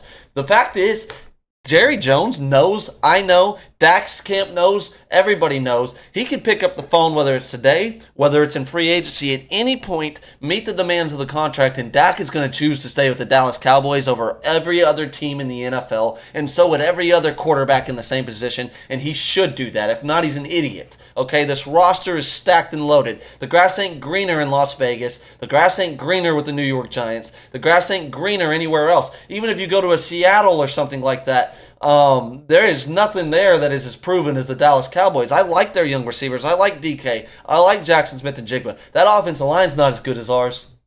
Their defense is going to be very good with their new head coach, and in that atmosphere, I understand it. The grass ain't always greener. State taxes are a hell of a lot more expensive, and if you think you're going to be on all these commercials in Seattle and viewed the same way as you are in Dallas like Dak, I think Dak is the 8th best quarterback in the NFL. The 8th best quarterback in the NFL never in the history of time has gotten the treatment and the off-field endorsements that Dak Prescott gets. Why does he get it? Because the star is on his helmet, and there's more eyes on him than any other quarterback in the NFL, including the best one in Patrick Mahomes. Okay? So that video is over. Let's talk about the 2025 salary cap projections for all 32 NFL teams. Let's go with 10. I'm going to go with the top 10 because at the end of the day, David Hellman on Fox Sports said that there's going to be 6 to 10 teams that Dak can choose from. All right? Top 10 teams. Top to bottom. I'll put it on the screen. I think it's going to be kind of small. Fuck that. Top to bottom, projected salary cap totals going into the 2025 season. Who will have the most money? Okay? At number 1, the New England Patriots, $91.93 million. They just drafted Drake May. He's looking great. They drafted him number 3 overall. Even if he looked like shit, you're not spending 60 to 65 of that $91.93 million on 31, 32-year-old Dak Prescott. You could put it on the rest of your roster that sucks to build around Drake May. Why do they have $91 million in cap space? Because their roster is the worst in the NFL. New England, not happening. Arizona, they're going to move on from one quarterback that would be, if they move on from Kyler Murray at the end of this year, that means his contract was an abject failure in Arizona. I'm hard-pressed to think that they're going to move on from one and just do another one. And if they do you think Arizona's better than Dallas? You know who Arizona has to play every year? San Francisco 49ers. What has Dak Prescott done against San Francisco 49ers? Well, let's see. The last 3 years. 2021, 254, 1 touchdown, 1 interception. He lost. 2022, 206 yards, 1 touchdown, 2 interceptions. He lost. 2023, 153, 1 touchdown, 3 interceptions. He lost. Yeah, have fun playing them twice a year and the Rams twice a year. Okay, let's move on. Who else? Where am I at? Salary cap. Number 3, the Washington Commanders. They just drafted the quarterback number 2 overall. He's going to be very good in my eyes. I've said that multiple times. That's a non-starter. Not happening. Pittsburgh, potentially. They got $67.98 million projected going into next year. They just traded for Justin Fields. They signed Russell Wilson. They're going to see how that works. We'll see if they're willing to give Dak Prescott, the entire bit of salary cap space that they have available to them next year. We'll see if Justin Fields doesn't show enough improvement for them to believe in him. This is a team that's been making the playoffs in spite of having a franchise quarterback since Ben Roethlisberger retired, so I think a lot of people could plug him in there and think that. But you know who Pittsburgh plays every single year? They play the Baltimore Ravens, consistently one of the best defenses in the NFL. They got to play Joe Burrow twice a year. He's better than Dak Prescott, top 3 quarterback in the NFL, all right? You want to go play the Ravens twice a year in Pittsburgh? You think the grass is greener in Pittsburgh? You think Pittsburgh's got better weapons to throw to and hand the ball to than the Dallas Cowboys do? You think you had offensive line problems ever in your life? Go have fun in Pittsburgh. They have no idea how to fix an offensive line there in Pittsburgh. They just haven't been able to do it. Okay, let's move forward. Who's at number 5? Oh, would you look at that? The Dallas Cowboys at $64.82 million a year. All right, it's well known that if we don't re-sign Dak Prescott, that we're going to take a $40 million cap hit next year and next year only. That would leave us at like $24 million in cap space, something around there. I'm not a mathematician and I don't give a shit. You know how much we have right now? $4.5 million in cap space. So that's $20 million more than we already have this year in this last offseason. So we can still fill holes, needs, get deals done with the cap space that we have next year, including that cap hit. The year after that, if Trey Lance or whoever does that 1-year shot at being the quarterback of the Dallas Cowboys, say it doesn't work, we're going to have like $75 million in cap space in 2026. Or over $70 million, which we haven't had in my adult life or teenage life. We haven't had that type of cap space. Okay, that'd be the first time. And with that type of cap space, you got all pros galore and superstars on both sides of the football. That QB purgatory bullshit that people are trying to tell you ain't going to exist in Dallas. Maybe 1 year and 1 year alone. Remember, there's a reason we haven't had back-to-back losing seasons since 03-04. Or 02-03, whichever one it was. There's a strong reason for that. And a quarterback stepping into this situation, say that we go Trey Lance next year, and he sucks it up and he throws 50 interceptions, and we have a top 10 draft pick, that would be the first time we have a chance to draft a first-round quarterback that highly since Troy Aikman, the last one to win Super Bowls for us, drafted him in 1989. And that quarterback would be stepping into a roster with an all-pro receiver, potentially an all-pro tight end, Pro Bowl-type tight end, 2 all-pro offensive linemen, a future Hall of Famer in Zach Martin, a guy in Tyler Smith. If he stays healthy, he's going to be that too. Tyler Guyton could be an all-pro, probably will be eventually. The center can be an all-pro, Cooper Beebe, probably will be eventually. I'm not saying this lightly either. I understand what an all-pro is. All-pro is the first or second best in the league at your position. I'm saying we got an entire offensive line full of those type of guys. Got the receiver that's the best. We will have a good running game because of that offensive line. And a coordinator, quarterbacks coach that's never failed at developing a quarterback in Mike McCarthy. Okay? And the Cowboys. Number 6, Chicago Bears. That ain't happening. They just drafted Caleb Williams number 1 overall. New York Jets, $58.28 million. Yeah, if they want to move off of Aaron Rodgers, signing him, and if that doesn't work, to signing Dak Prescott, you could go there. You think the grass is greener with the New York Jets? Go ahead and find out.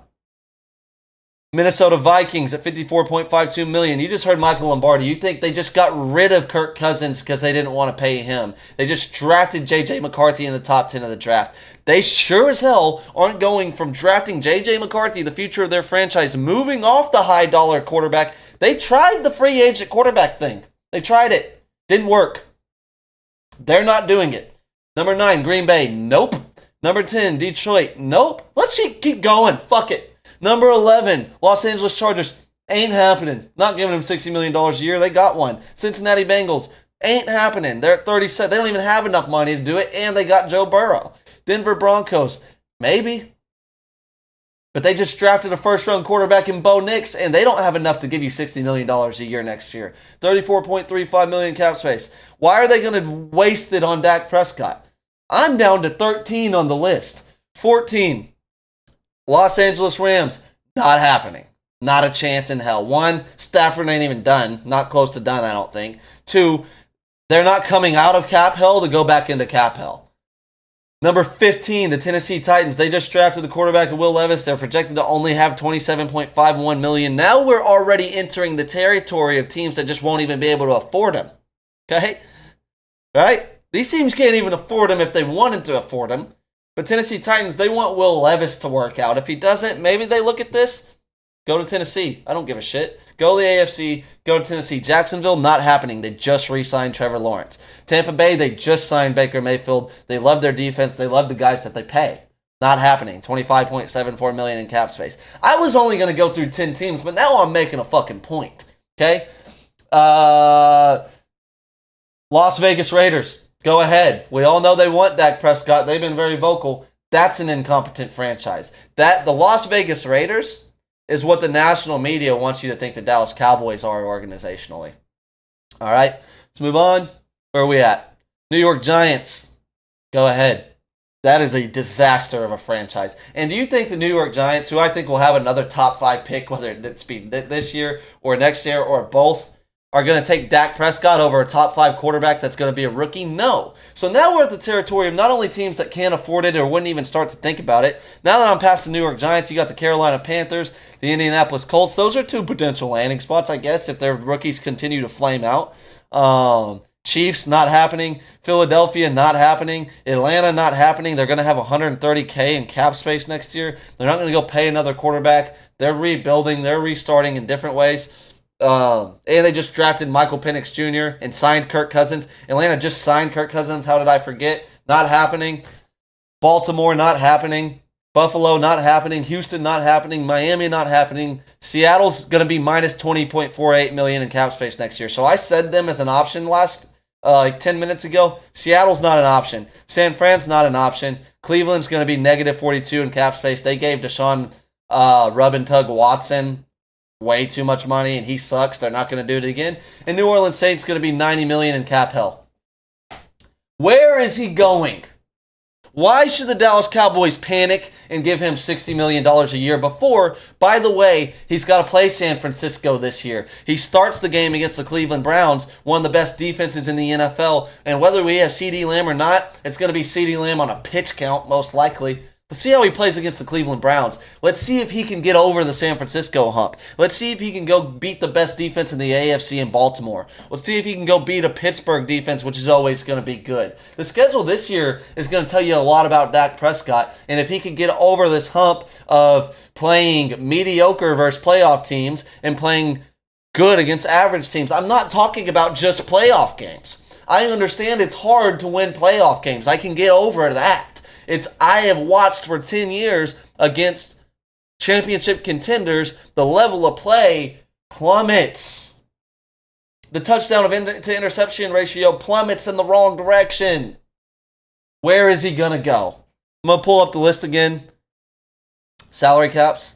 And I'm going to give you as many teams as I think is actually a possibility not named the Dallas Cowboys. Pittsburgh's 1. New York Jets are 2. The Raiders are 3. The New York Giants are 4. I will throw the Indianapolis Colts in at 5, and I'm going to stop it right there. And if you want to do a 6th, throw the Panthers, who just drafted a guy. I don't think they're going to do that. But if you want to do a 6th, throw them in there. Let's do 6 teams.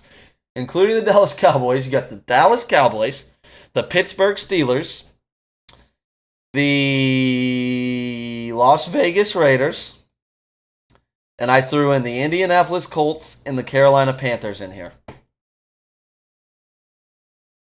You think any of those situations are going to be better than the situation with the Dallas Cowboys? If you do, tell me why.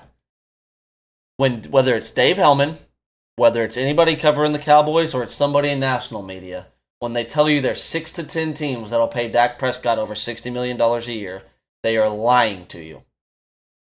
That's all. CeeDee Lamb, I think, is going to get done. I don't have enough time to talk about it. I think it's going to get done. Maybe before I finish this podcast. But I think it's going to get done. I know it's going to get done. And I am frustrated as well as taking this long to get done. But if you don't think this situation with Dak Prescott looms into that CeeDee Lamb situation, and the realization that, by the way, Micah Parsons, Tyler Smith, Deron Bland, Jake Ferguson, Oso Odigizua, Deron Bland, who am I missing? Hooker's going to come back up here soon. Many players across this roster, not to mention the rookies and the players we expect to be very good. These guys all got to get paid one day too, and most of them in the next 2 years, starting at the end of this year.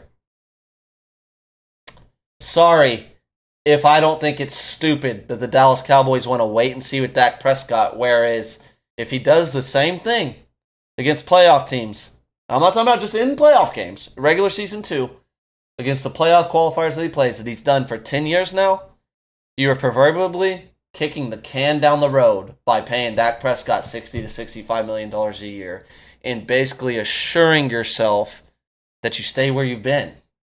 What's the definition of insanity? Doing the same thing over and over and expecting different results. I'm not saying I want to lose Dak Prescott. I don't. But I want to keep him at $50 to $55 million a year. That way it provides you the ability to re-sign a Trey Lance to a backup quarterback deal, learn throughout that contract, and sit behind Dak as a rookie would, like Jordan Love did. Like, let's just restart with him. He's a rookie now. Okay? Do that. And also provides you the opportunity to pay your other superstars on the team, and when you do need to get a need filled, you have some flexibility to do it.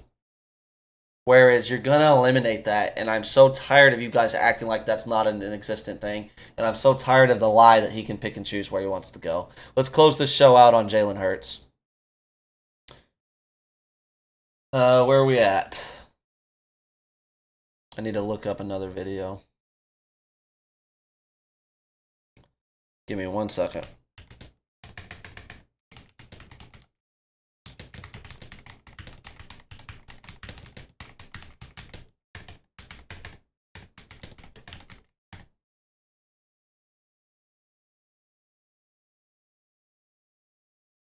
Here we go. Is this something or nothing? All right, this is going to be aggregated on the internet. Okay. Eagles folks who haven't liked me for 7 years are going to say more proof Nick hates Philadelphia. I don't care. I know I'm right. 13 picks through 13 practices like Purdy had, too many. 0 picks through 20 practices, too few. Nick, I 100% agree with you. Thank you. I know it sounds absurd and it sounds like I'm just picking on guys. I don't mean it. It's too few. I need a little bit in training camp of like, oh, I took a chance there. Or it either means, in my opinion, either that you are being a little too cautious. Or this horrendous back seven from last year somehow has gotten worse. Like, there's no, you need a couple interceptions where it's mid-August in training camp. I am ready to be aggregated. I don't care. I know I'm right. I know that this is not ideal. I know I'm right. Yeah, so like as A.J. Brown speaking on it, nothing. Like I like everything what he said. That's nothing. The point that you're making is exactly where I was going. The fact that last season he had so many interceptions, you obviously want to go into training camp and see him dial that back. Yeah. When you see that he hasn't thrown any, the first thing that I think of is, well, is he taking chances? Like, what risks are he really trying to take? Is he pressing the envelope, or is he just doing what most quarterbacks start to do when they've thrown a lot of interceptions, get a little gun shy, and now all of a sudden they get the ball down, up Saquon, up let me get my check down, up let me get the tight end, let me just take what is right in front of me. They're exactly right. I couldn't said it better myself. A.J. Brown sounds like the only Eagle with any logic in speaking on this, saying that doesn't matter at all. He had to say that because he had other teammates coming out and wouldn't shut up about this interception thing. My question is, who are the Eagles trying to convince? Me or themselves? The players that talk about this no interceptions in training camp. Because first and foremost, that's the place to work everything out. That's the place to take risks. That's the place to throw interceptions, learn, get better. That's what you do. If you don't throw any interceptions in training camp, they're exactly right. It's one or two things. One, I think you're being way too careful. That's what I think it is. I think you're scared to throw interceptions. It's in your head that you lost 6 of 7 games last year. You led the league in interceptions, and you were abysmal in that 6 to 7 stretch. And quite frankly, the Fugazi 10-1 starter, or whatever it was, should have lost half of those games. And Jalen Hurts played bad in those games and won in spite of Jalen Hurts play in a lot of those games. Not saying he played bad in all 17 games, but the majority of those, what we were watching, and it was a national narrative of anybody watching, that the Eagles were squeaking out, getting lucky, and that doom was impeding all year, and I don't think it's over. I think the collapse is going to continue, not because I'm a Cowboys fan, because one, this is Jalen Hurts, who he's been since Alabama. Okay, it's been the same guy. He takes the league by storm. You don't know what he's doing yet. He was freshman all SEC. I think the first freshman quarterback to ever do that. Nobody knew who Jalen Hurts was. Alabama had what was the kid's name? They had number one quarterback in the country that was starting that year. He got benched at halftime for Jalen Hurts. The offense is Blake Barnett. Blake Barnett was the starter going into that year. He gets benched at halftime. Jalen Hurts comes in. They win the game. They blow everybody out. They change their entire offense to doing stuff Alabama had never done, and the SEC wasn't ready for that. They go on. They end up losing the national championship, I think, to Clemson that year. I don't really remember. Comes back the next year, total bus driver, not the same guy. Alabama's winning games in spite of him, but what happened eventually?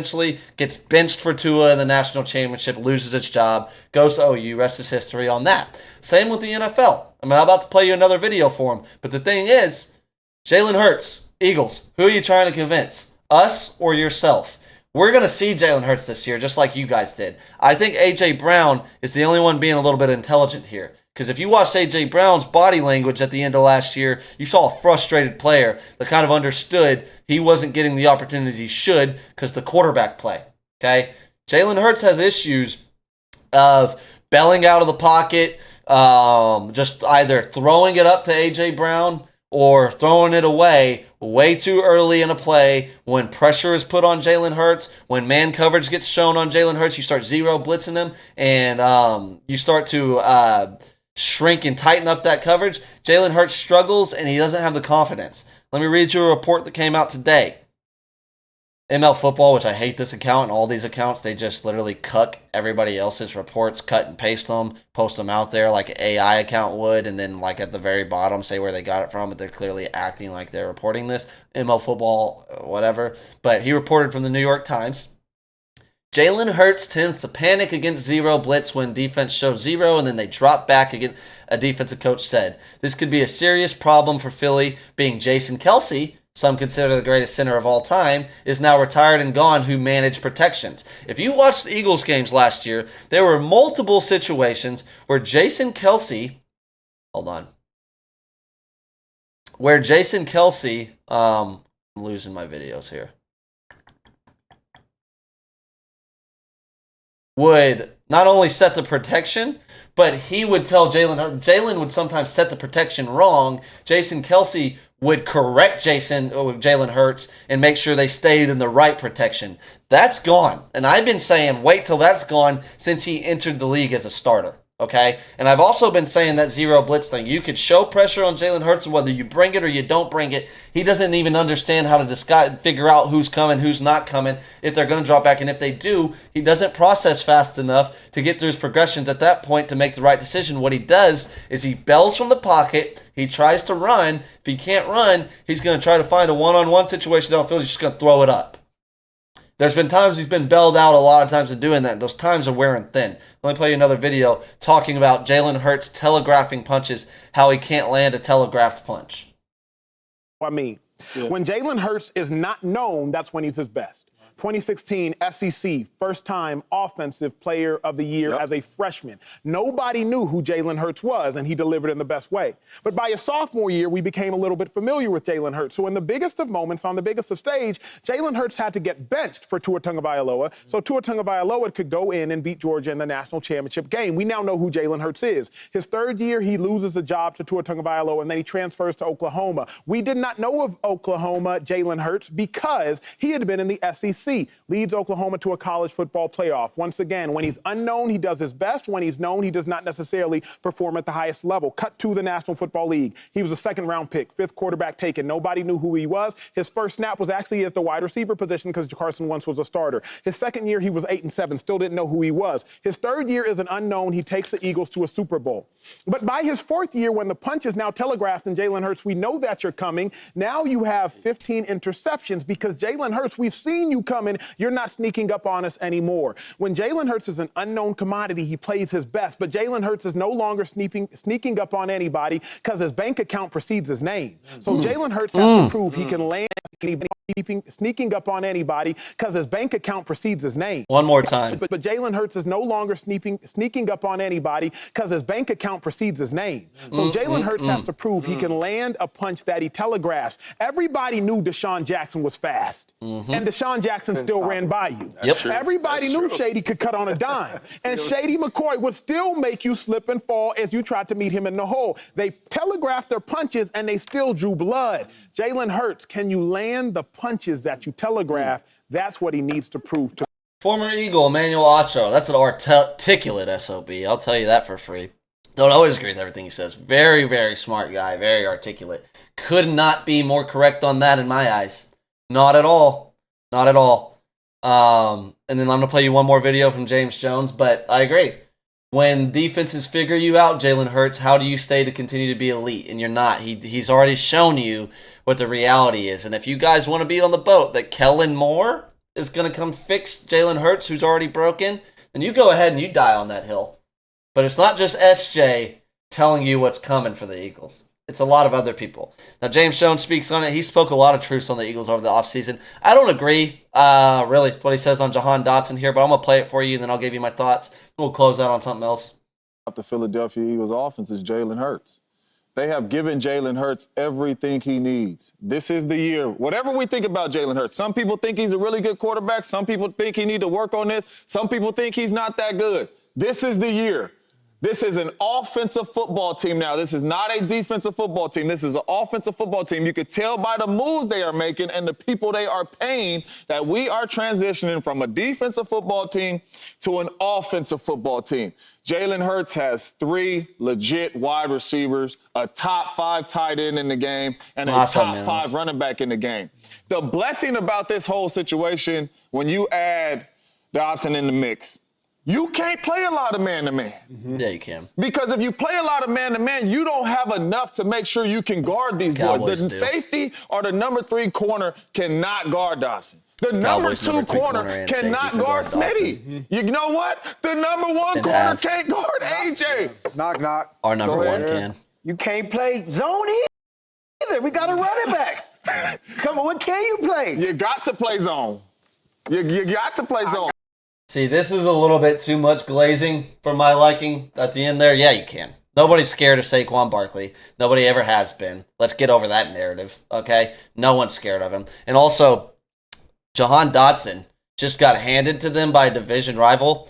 You're not handing a receiver your former first-round pick to a division rival unless you know their ass. All right, that's the elephant in the room on that. He had a terrible training camp in Washington. It's been well documented. Just look into it. Very well documented. He's been a bag of ass in training camp. Now they're trading him to the ass bag Eagles. He's going to fit right in and overhyped, overzealous BS narrative players, and it's going to collapse in Philadelphia. It's coming, okay? Because he's exactly right. Jalen Hurts is going to be the thing that stops this offense, all right? You're trying to build offensively as opposed to defensively. Why? Because your owner pays this guy a lot of money in Jalen Hurts. And that's what he's going to want to do. It doesn't make sense to do otherwise. Jalen Hurts is going to hurt a lot of people's feelings. And I think the Cowboys need to watch this very, very closely, where you got a rookie in Washington that might be very good in Jaden Daniels. All right? He might be very, very good. I think he's going to be very good. He's going to be on a rookie deal 4 to 5 years. Don't make the mistake that Philly and Daniel Jones did. And I'm not putting Dak Prescott in the category with them. And I think if we pay him to reset the market with Dak, he's not going to regress to the level. It's probably just going to be the same thing. That's why I brought up insanity. And yet, you have a chance to do the different thing. When did Philly go to the Super Bowl? When he was on a rookie deal, no one knew what to expect from him. They loaded their roster, had an elite defense, elite pass rush, good secondary, and a dominant running game. The Cowboys, you're already tailored to do all of those things. Don't commit too early to doing that with Dak is what I'd say. If Dak goes and does the damn thing, he goes and wins the Super Bowl, or he goes and gets close to it, or we know it has nothing to do with him of why we lost, then go ahead and do it. I don't care. But there's no reason to do it right now. Learn from the Eagles. Learn from your division counterparts. It's interesting. We'll see. We'll see what Jalen Hurts does. I don't have a lot of faith in him. I'm about to wrap up this show, though. Let's wrap it up on this. Roger Goodell is the Antichrist. I've been saying that for years. I've never been more confident in that than ever. Why? One, he's just a pathological liar and doesn't care to lie right to your face to millions and millions of people about anything and everything and just act like it doesn't matter. But two, here's another reason. He just keeps trying to reinvent the wheel on everything that is already great, starting with the kickoff and then doing this stupid-ass virtual chain measurement thing. First and foremost with the kickoff, there was no reason to change that. First point, football's a physical game. It's supposed to be a physical game. People are going to get hurt regardless of that. You already fixed that issue with allowing the fair catch on kickoffs to take you to the 25. That's all you needed to do. Now you're doing this goofy-ass new moderated kickoff for whatever reason. Players are still flying down the field at high speeds, going to hit each other. But as soon as players start breaking those returns and figuring out that, or if it starts happening on a higher clip, guess what's going to happen? They're just going to keep kicking the ball through the end zone for touchbacks, which was already happening. Let's show you a clip of something that we're never going to see again from the original gladiatorial kickoff, the way it was originated to be done. It's badass starting a game like this. You line up with your 11 guys, you kick it off with their 11 guys lined up ready to block you flying down the field to tackle this guy. It's just a badass way to start off a sporting event. I'm going to show you one of the coolest experiences of my lifetime growing up watching kick returns, and a guy that I grew up watching that you may be eliminating from reality now by changing this kickoff rule. And he just so happened to go into the Hall of Fame this year because of how great of a kick returner and punt returner he was. His name's Devin Hester. Show you a clip that's badass. We're not going to get to see it in this way ever again unless they change it back. Losing the coin toss. This game is brought to you in high-definition television. So the Colts will be kicking away, and there he is, Adam Vinatieri, moving over this year as a free agent from the Patriots, leaving them as their all-time scorer, winning 2 Super Bowls for them in the end, and having another spectacular postseason. But Devin Hester, the rookie who was so dangerous, who went to college here at Miami, he led the NFC in both kickoff returns and punt returns. And the Colts have had a hard time all season covering kicks. It's Hester trying to work it back to the middle. Gets past the first wave, and here he goes. It's Hester inside the 30. Hester's going to take it all the way for a touchdown. And no flag, 92 yards. Yeah, thanks, Satan, taking that away. And then let's go to the virtual thing, and then I'll close it out. The virtual measurement system.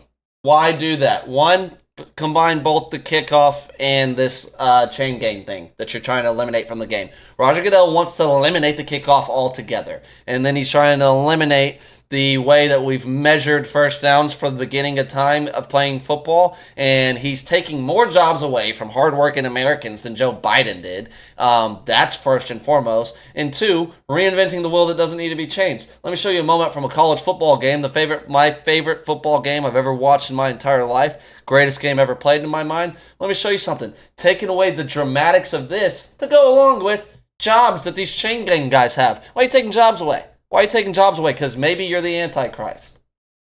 All he's got to do is protect the 5-point lead for 2 minutes and 13 seconds.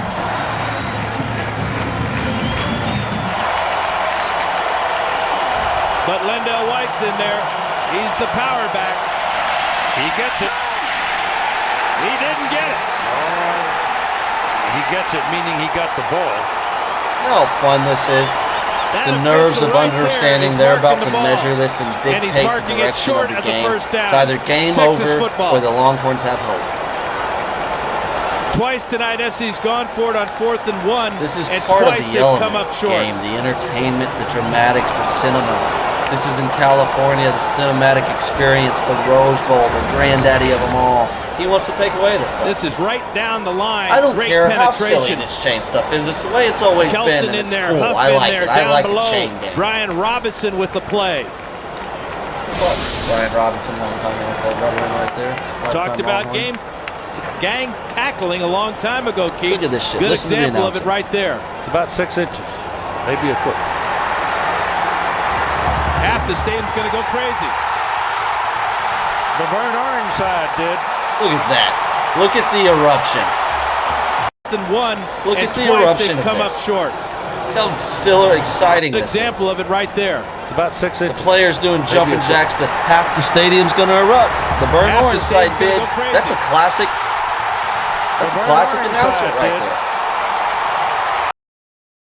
So yeah, thanks Satan. Take it away, Jobs. You don't need to reinvent the wheel, lying all the time. That's y'all's commissioner, Roger Goodell, trying to destroy the great game of football that we love so much. Anyhow, this was the SJ Show. Thank you so much. I had a lot of fun. Hour 45 today. We missed a whole week. I gave you an hour 45 today. I really love doing this. The best chance I have at doing this the rest of my life is if you guys subscribe, you share it with your fans. We start growing this, growing my name. And, I get some attention, start getting paid from this somehow. So thanks for watching regardless. I'm grateful for you all. I love you more than you know, not as much as you think. God bless and have a good week.